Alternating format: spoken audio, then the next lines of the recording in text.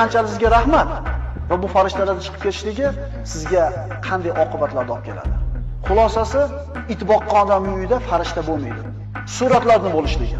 Surat deganda hozirgi kundagi fotografiya shunga tushadimi, tushmaydimi degan savolga ulamolar bir qancha javoblarni berishadi. Hozirgi bor bo'lgan fotografiyalar akalar, Payg'ambarimiz sollallohu alayhi vasallam aytgan rassomning surati emas. Qaysi surat man qilingan shariatda? Inson o'zining qo'li bilan jonli narsalarning suratini chizishligi. Endi bu fotografiya hozirgi berilgan fatvolarga ko'ra Allohning bir maxluqini aksi, suvdagi yoki oynadagi aksini singari. Demak, unga kirmaydi. Endi mana shu fotografiyani ham ilib qo'yishlik to'g'ri emas. Alhamdulillah bu narsa sekin-sekin ko'tarilib ketyapti.